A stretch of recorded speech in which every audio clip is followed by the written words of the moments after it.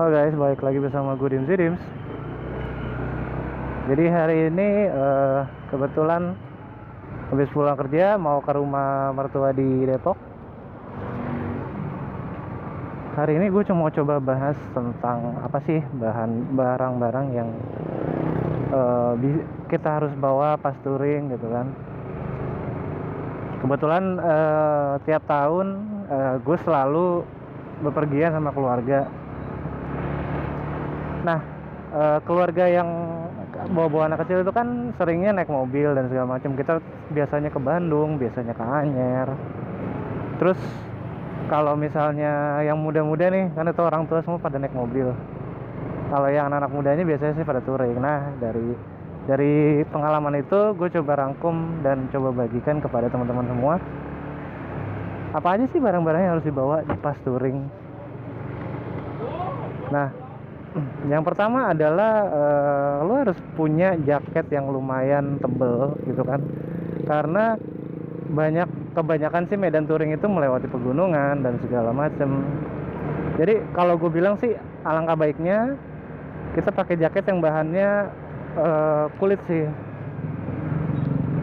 Nah, kenapa bahannya kulit? Biasanya kalau bahannya kulit itu lebih bisa menghangatkan tubuh ya gitu loh. Kalau jaket model begini kan nggak, angin udara dingin tuh masih bisa masuk, meskipun ada juga banyak jaket yang seperti ini yang bagus.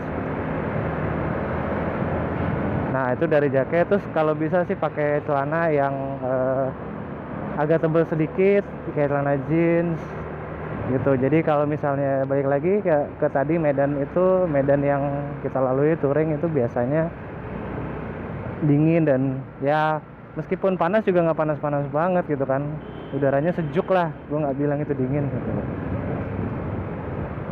Nah, habis itu ada apa lagi sih? Habis itu kita itu dari outfit ya. Nah, yang dipakai habis itu ya pakailah riding pad seperti ini gitu loh. Jadi kan ada, ini kan di dengkul doang, ada lagi yang di siku. Kenapa? Karena gue mementingkan safety duluan. Jadi kalau misalnya ya kita kan nggak pernah tahu ya, meskipun kita udah baca doa dan segala macam, namanya musibah itu nggak bisa diprediksi sama kita. Ya bisa aja sih kalau misalnya kita udah pakai segala macam, tapi tetap aja yang perlu dilindungin tuh yang penting-penting kayak begini, dengkul, siku. Nah, itu dari knee-pad. Kalau terus dari depan itu kita harus pakai namanya chest pad. Chest pad itu banyak lah yang dijual di abang-abang pinggir jalan, harganya 50.000. Ups. Ya banyak sih. Itu dari outfit. Nah, satu lagi kalau biasa sih pakai sepatu yang nyaman lah kalau gue bilang. Sepatu yang nyaman, terus kalau bisa sih sepatu buat touring ya, yang karet dan segala macam. Karena kenapa? Kalau karet itu biasanya kalau terbentur dengan ada gesekan tuh dia lebih banyak terkikisnya itu lumayan jarang, bukan lumayan jarang, gimana ya, lumayan lama sebelum kena kulit kita gitu. Kalau sepatu yang kayak bahan kulit gitu, yang kulit sintetik itu kalau misalkan ada gesekan ya, kalau misalnya kita amit-amit ya kenapa, itu lebih cepat mencapai kulit gitu. Kalau karet kan dia membel dulu, atau ya memang bahannya kan dibuat sedemikian rupa ya seperti itu. Nah, terus pakai sarung tangan yang ya kalau gue bilang ya sarung tangan ya yang high grade, nggak high grade juga sih untuk touring, yang bahannya sih yang enak lah. Kalau ya sarung tangan ada banyak pilihannya, ada yang setengah, ada yang full kayak begini, ada yang sampai sini juga. Ya banyak sih sebenarnya. Yang penting kita pakai nyaman dan mekanisme pengereman dan ngegas itu nggak terganggu sih. Terus apalagi kita harus pakai helm yang kalau bisa full face. Ya itu udah gue bahas juga. waktu dulu nih sebelum vlog ini. Jadi kenapa gue lebih milih half face daripada lebih milih full face daripada half face, karena kalau dalam segi penerimaan impact itu lebih baik helm full face. Ya sekarang banyak lah helm full face itu yang murah-murah 300.000, ada yang 400.000, banyak lah. Kalau misalnya helm half face itu 250.000, kenapa nggak nambahin cepet lagi aja biar bisa beli yang full face gitu loh.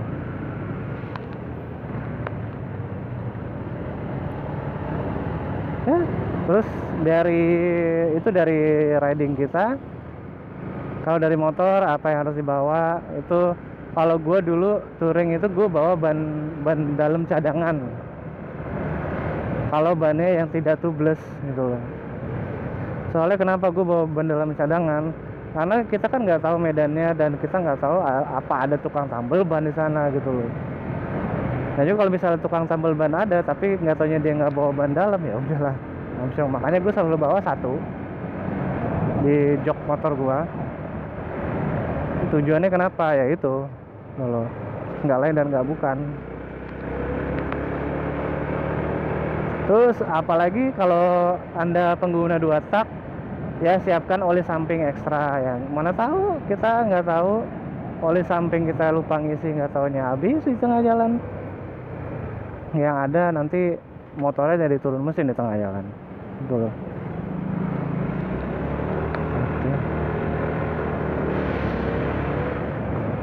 Lanjut apalagi sih, terus periksa tekanan angin. Ya biasalah, kalau gue punya namanya tire pressure gauge. Tire pressure gauge itu untuk mengukur tekanan angin ban. Jadi gue tahu nih di tengah jalan kalau misalnya ada apa-apa, maksudnya kalau gue merasa ban gue kempes ya gue ukur dulu gitu, tekanan anginnya masih bisa untuk berapa lama gitu loh. Terus abis itu apa yang harus kita bawa lagi? Ya kita bawa kalau gue dulu bawa lampu bohlam cadangan. Itu kan ban dalam sama bohlam cadangan itu nggak seberapa gede kan. Kalau gue sih tetap bawa aja karena nggak tahu juga. Nah itu dia nggak tahu, kita nggak tahu gimana motor kita tengah jalan. Kalau ada bengkel syukur bisa beli perlengkapan di sana. Kalau nggak ada ya udah, kan di tengah hutan gimana? Di tengah jalan kayak di Purwakarta atau gimana kan jarang tuh. Terus apalagi sih yang harus dibawa? Kalau gue sih pasti bawa kunci 8, 10 dan kunci busi.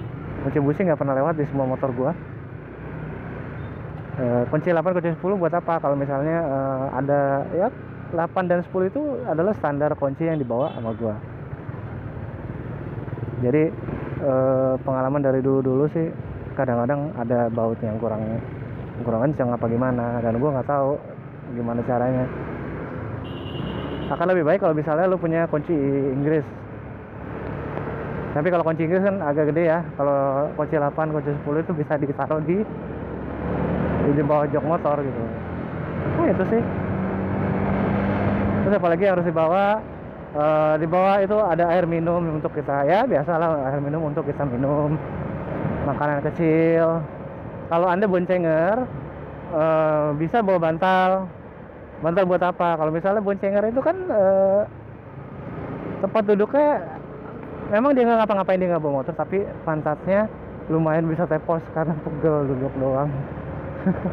Itu diaminin sama bini gua waktu jalan jauh ya.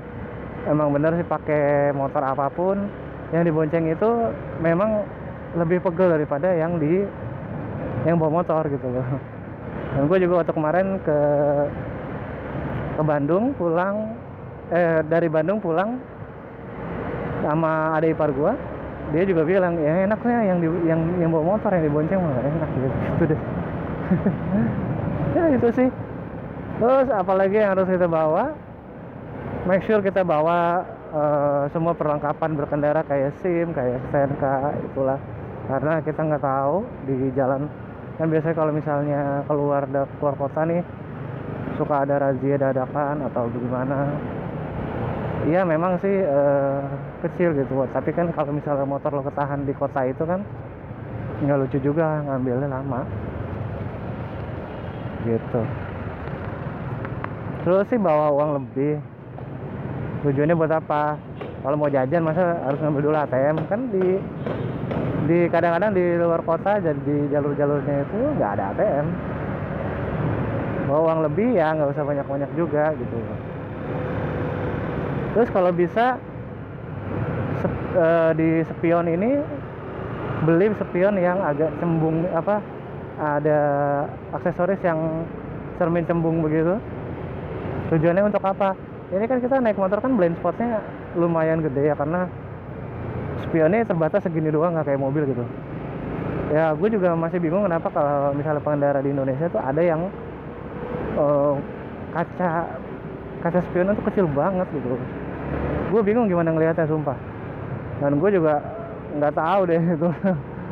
Gue speechless sih ngelihatnya gitu. Terus habis itu kalau misalnya motornya udah tua, agak tua sedikit ya, gue nggak bilang tua banget, yang pakai kopling, bawa kabel kopling kayak di Vespa gitu kan. Gue selalu bawa, dulu gue motor gue Satria 2 tak, gue selalu bawa kabel kopling di bagasi motor gue. Dan juga pas di Vespa juga gue pakai bawa begituan nih. Emang recommended sih untuk kalau misalnya di tengah jalan itu kabel kopling putus, ya udahlah. Nah gitu aja sih untuk touringnya, apa perlengkapan untuk touring yang harus dibawa. Ini touring dalam, ya kalau gue bilang sih touring itu banyak jenisnya ya, touring santai, touring ngebut.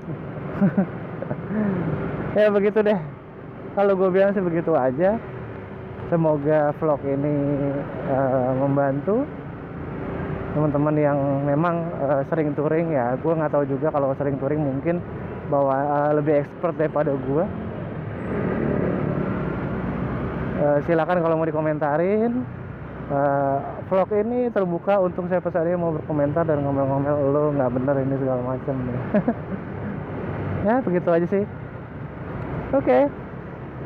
Keep safety riding, keep safe, respect other rider semuanya. Oh my god. Oops. Ya itu sih. Semoga membantu. Dim sign out. Thank you.